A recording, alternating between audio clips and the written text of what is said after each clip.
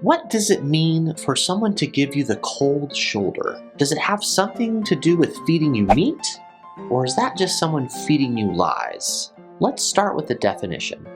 To give someone the cold shoulder means to intentionally ignore them or to treat them in a way that lets them know you do not want to spend time with them or talk with them. For example, if you were texting a friend and he or she either did not respond or only responded with very short text, letting you know they don't really want to text you, that would be an example of giving the cold shoulder.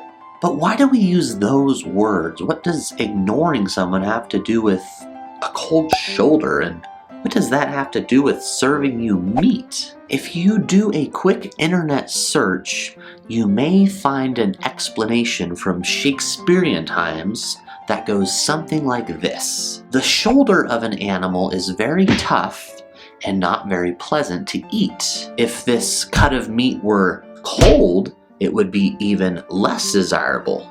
So, if back in the day someone were to come to your home and you didn't want them there, you would serve them the cold shoulder of whatever animal you were eating for dinner that night. This would let them know they were no longer welcome and that they should leave. According to linguists, however, this is not true. It's a myth that somebody made up.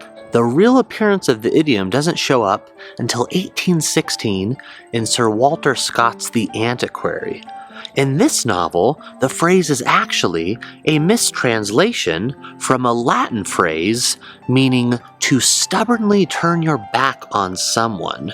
So when we say turn the cold shoulder, we actually mean to turn your back on someone, which is literally what you do when you're ignoring a person.